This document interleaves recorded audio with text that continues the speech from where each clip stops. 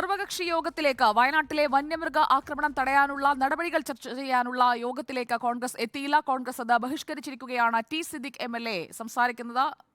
ഇപ്പോൾ രാപ്പകൽ പ്രതിരോധ നടപടികൾ സമരവും UDF നടത്തുന്നുണ്ട്. ടി സിദ്ദിഖിന്റെ പ്രതികരണം.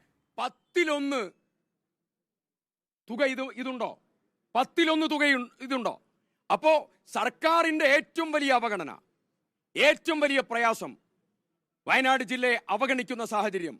ഈ സാഹചര്യം മുൻനിർത്തിയാണ് ഞങ്ങൾ ഈ മീറ്റിംഗിൽ മന്ത്രിമാരുടെ വിശദീകരണം കേട്ടു. അതിനുശേഷം ഞാനും ICയും എഴുന്നേറ്റ് നിന്ന് കാര്യങ്ങൾ പറഞ്ഞു. ഈ മന്ത്രിയെ ഇരുത്തി ഇനി വയനാടിന്റെ ജനതയുടെ കാര്യം ചർച്ച ചെയ്യാൻ ഞങ്ങൾ ഇല്ല എന്ന് കൃത്യതയോടുകൂടി പറഞ്ഞിട്ടുണ്ട്. അത് നിലപാട് മുന്നോട്ട് പോകും. വരേണ്ടത് മുഖ്യമന്ത്രിയാണ്.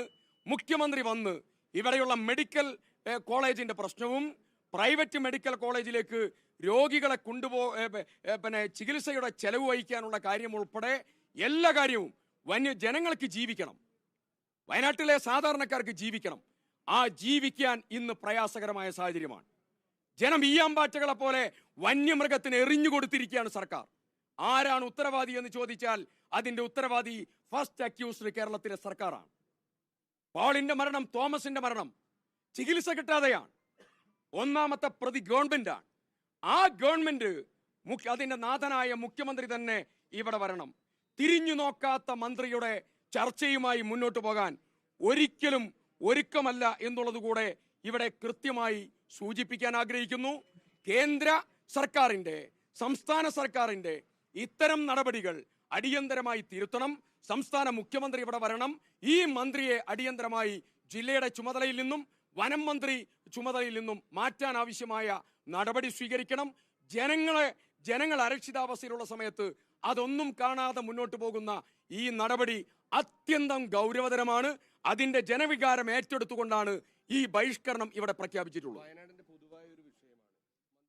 നേരിട്ടെത്തിയിട്ടുണ്ട്. അപ്പോൾ അത്തരൊരു ഘട്ടത്തിൽ ഈ പൊതുവിഷയം അഡ്രസ് ചെയ്തുകൊണ്ട് ജനങ്ങളുടെ പ്രശ്നങ്ങൾ അവിടെ നേരിട്ട് അവതരിപ്പിക്കുന്നതിന് പകരം മാധ്യമങ്ങൾക്ക് മുമ്പിൽ വന്ന് പല ആവശ്യങ്ങളും പറയുകയും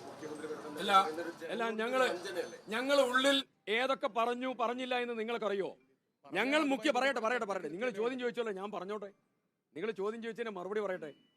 ഞങ്ങൾ ഏതൊക്കെ പറഞ്ഞില്ല എന്ന് നിങ്ങൾ കേട്ടില്ലല്ലോ. ഒന്ന്, ഞങ്ങൾ മുഖ്യമന്ത്രിയുടെ മീറ്റിംഗിൽ അക്കമിട്ട് നിരത്തിയ എല്ലാ കാര്യങ്ങളും പറഞ്ഞല്ലോ.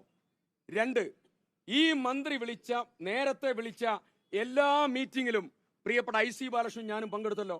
ഞങ്ങൾ ആരെങ്കിലും ബഹിഷ്കരിച്ചോ? എവിടെയെങ്കിലും ബഹിഷ്കരിച്ചോ? ഞങ്ങളുടെ ജനങ്ങളുടെ സെന്റിമെന്റ്സ് മുഴുവൻ ഞങ്ങൾ ഷെയർ ചെയ്തല്ലോ. ഞങ്ങൾ പദ്ധതികൾ വേണം, പരിപാടികൾ വേണം. ജനങ്ങളെ, കൃഷിയിടത്തെ സംരക്ഷിക്കണം, അവരുടെ സ്വത്തിനെ സംരക്ഷിക്കണം, വനത്തിനകത്ത് ആവാസ വ്യവസ്ഥ പുനഃക്രമീകരിക്കണം. എല്ലാം ഞങ്ങൾ പറഞ്ഞല്ലോ. മാസ്റ്റർ പ്ലാൻ ഉണ്ടാക്കണം, അതിന്റെ ഇംപ്ലിമെന്റേഷൻ വേണം. എല്ലാം ഞങ്ങൾ പറഞ്ഞാണല്ലോ. എന്താ നടന്നത്? പറയണം, എന്താ നടന്നത്? തുടർച്ചയായി പറഞ്ഞുകൊണ്ടിരിക്കാൻ ഞങ്ങൾ വിഡ്ഢികളുടെ സ്വർഗത്തിലല്ല. ബധിരമൂക കർണങ്ങളിൽ ഞങ്ങൾ പറയുമ്പോൾ പ്രതിഷേധം ആളിക്കത്തും, സ്വാഭാവികമാണ്. ആ പ്രതിഷേധമാണ് ഞങ്ങൾ രേഖപ്പെടുത്തിയത്.